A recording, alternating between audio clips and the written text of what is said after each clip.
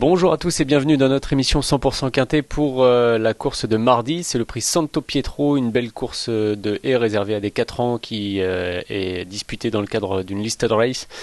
Donc sur l'hippodrome d'Auteuil, une course assez intéressante qui chaque année regroupe des lots de qualité, et c'est le cas encore cette année avec plusieurs concurrents qui viennent notamment de se distinguer sur l'hippodrome d'Auteuil et d'autres que l'on va retrouver sur le champ de course parisien. Je vous propose tout de suite de passer en revue la liste des partants avec tout en haut du tableau le numéro 1, il s'agit de Costamania, une femelle de 4 ans. Il y aura plusieurs femelles au départ de cette course, c'est l'entraînement de Joël Boinard et la montre de Théo Chevillard. Baltaïa a aligné plusieurs victoires cette année, 4 pour être précis, et a également compté une 3e place pour l'entraînement d'Arnaud Chaillet et la montre de Gaëtan Mazur.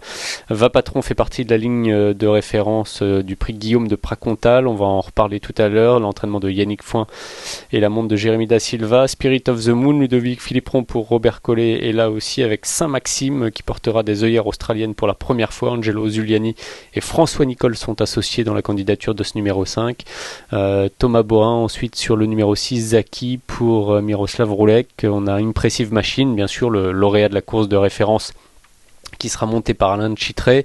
Angie, Nathalie de Souter, Saint-Langy, James Reveley. Gwen Richard montera invité d'honneur pour François Nicole aussi, puisque l'homme sera triplement représenté, avec également un peu plus bas dans la seconde moitié du tableau Crazy Luca, Lucas Giuliani, Geoffrey Ray sur Royal Devil qui portera des œillères pleines pour la première fois. One More Light, attention à cette candidature que je vais glisser en bout de ma combinaison pour Bertrand Lestrade au niveau du jockey. C'est une pouliche de 4 ans qui reste sur un échec, mais qui a certainement les moyens de faire beaucoup mieux.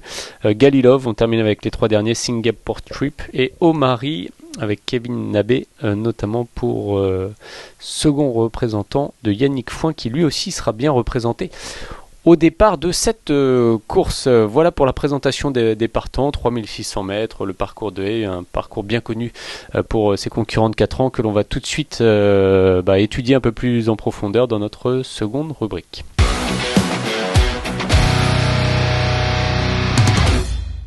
Deuxième rubrique plutôt, bien sûr, puisqu'il y en aura une 3e. Allez, on commence le prono. Je vous ai classé des concurrents dans un ordre préférentiel avec, j'ai tenté un petit coup de poker en mettant Saint-Maxime devant. Le numéro 5, c'est le représentant de François Nicole qui est monté par Angelo Zuliani. Donc un cheval, je vous l'ai dit tout à l'heure, muni d'œillères australienne pour la première fois, un cheval très imposant qui a couru 4 fois depuis le début de sa carrière, qui a gagné une fois et qui a aussi pris 2 places. C'est un concurrent de qualité qui avait gagné d'ailleurs sur ce parcours, et on va le revoir tout de suite en image dans le prix Romantisme avec 7 longueurs d'avance au passage du poteau. Donc sur ce même parcours, dans un style très convaincant puisqu'il s'imposait facilement bien sûr, mais aussi parce qu'il était allé de l'avant ce jour-là. Donc on le retrouve, ce Saint-Maxime, un grand cheval qui a beaucoup d'action et qui totalise du coup 75% de réussite, on l'a vu sur l'affiche tout à l'heure, de réussite depuis le début de sa carrière. C'est un concurrent de qualité qui ce jour-là ne s'était pas embarrassé de tactique et qui avait fait la différence assez facilement dans la ligne droite. Donc on le retrouve ici, depuis il s'est passé un petit peu de temps depuis ce prix Romantisme, puisque le cheval a recouru dans un laps de temps correct. Ensuite le prix Ex Voto, dont il était grand favori à 2,20 €, il s'était négligé dans la ligne opposée et avait fait chuter son jockey. Donc on oublie ce prix Ex Voto, mais le début de parcours était fidèle à ce qu'il avait fait dans le prix Romantisme, donc c'était assez intéressant. On attendait bien sûr une confirmation ce jour-là qu'il n'a pas pu apporter. Et puis beaucoup plus récemment, le cheval a fait une course de rentrée, on va dire, sur l'hippodrome de Compiègne. Alors un parcours qui peut-être ne l'avantage pas énormément. Je pense vraiment que c'est le vrai cheval d'Auteuil, comme on dit dans le jargon, et qu'il sera bien mieux ici. Après, le lot est relevé et on va le voir tout de suite pourquoi, puisqu'on retrouve au départ de cette course plusieurs concurrents du prix Guillaume de Pracontal, et notamment Impressive Machine qui s'est imposé lors de cette occasion. On va le revoir d'abord en image, je vais vous parler de ses stats juste après. Impressive Machine, c'est la casaque noire et rouge là, que vous avez déjà à l'avant du peloton pour sortir du dernier tournant et qui va faire la différence assez facilement ensuite. Alain Chitré, son jockey, va le mener au succès. Cheval de qualité, un Hongre de 4 ans qui avait commencé son année avec plusieurs accessites, une chute, une 4e place, et là qui s'est envolé ce jour-là vers un succès assez intéressant devant Vapatron avec 3 longueurs d'avance, devant Saint-Langy qui était juste là 3e avec sa casaque verte, et puis plus en retrait Zaki était 5e et Spirit of the Moon 6e. Donc difficile d'envisager quand on voit ces images une revanche de la part de Vapatron ou de Saint-Langis, quoique la question se pose quand même pour Vapatron qui quand même réalisait une belle valeur, et surtout l'écart de poids est bien moindre à cette occasion, mais Impressive Machine laisse une telle impression qu'on est légitimement en droit d'en attendre une confirmation. En tout cas c'est une belle possibilité. C'est un cheval qui fait preuve d'une belle régularité, je l'ai dit tout à l'heure, depuis le début de l'année. Sa situation au poids se dégrade légèrement, mais ça c'est le normal, on va dire, quand on gagne une course de ce style-là.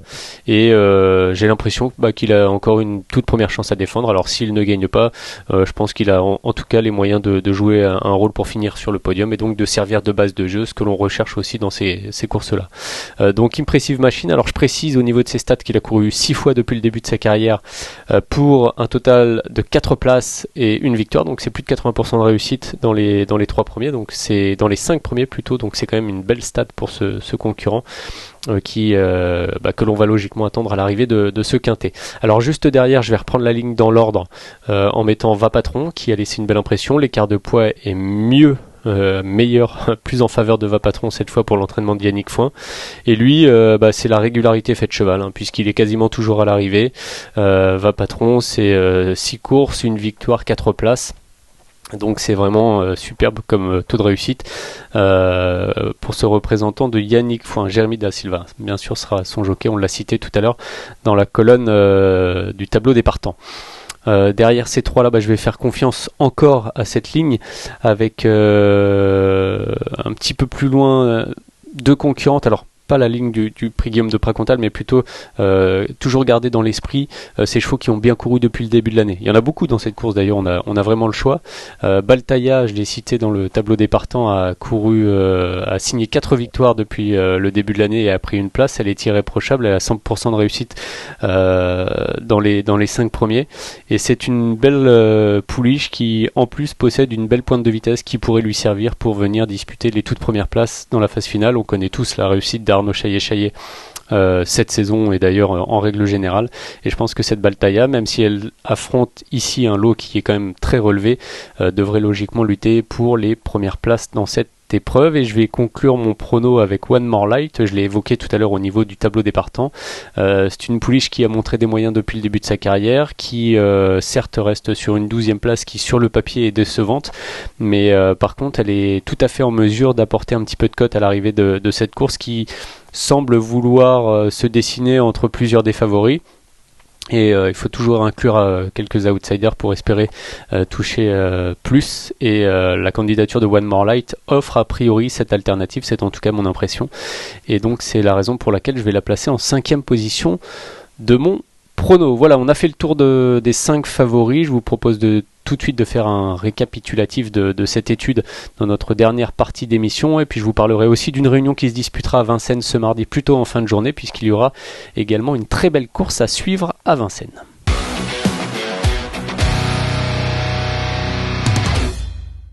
Allez, on fait le récap du prono. Donc j'ai mis Saint-Maxime en tête, le numéro 5 pour François Nicole, avec Angelo Zuliani qui sera sur son dos, et puis surtout des œillères australiennes qui certainement lui feront beaucoup de bien pour ce retour sur l'hippodrome d'Auteuil. Alors ensuite la ligne avec Impressive Machine bien sûr, et puis Vapatron, la ligne du prix Guillaume de Pracontal, Baltaïa et One More Light en fin de combinaison seront plus des pouliches à suivre pour les places. J'évoquais Vincennes il y a quelques instants. Sachez que du côté de la cendrée parisienne, on aura une belle course réservée à des chevaux d'âge qui pour certains vont courir les plus belles courses cet hiver sur l'hippodrome de Vincennes. Je pense notamment à Flamme du Goutier qui s'est classée 3e du prix d'Amérique lors du dernier meeting, qui avait aussi gagné le prix de Cornulier. Elle se présente ici au départ du prix Isara, donc je la mets en conseil de jeu. C'est surtout pour évoquer sa candidature et faire la mettre un petit peu en avant, puisqu'elle sera bien sûr le point d'intérêt de cette semi-nocturne qui devrait débuter en fin d'après-midi et donc se poursuivre en tout début de soirée. On se retrouvera bien sûr pour une nouvelle émission 100% quintet très prochainement. Bon jeu à tous, salut.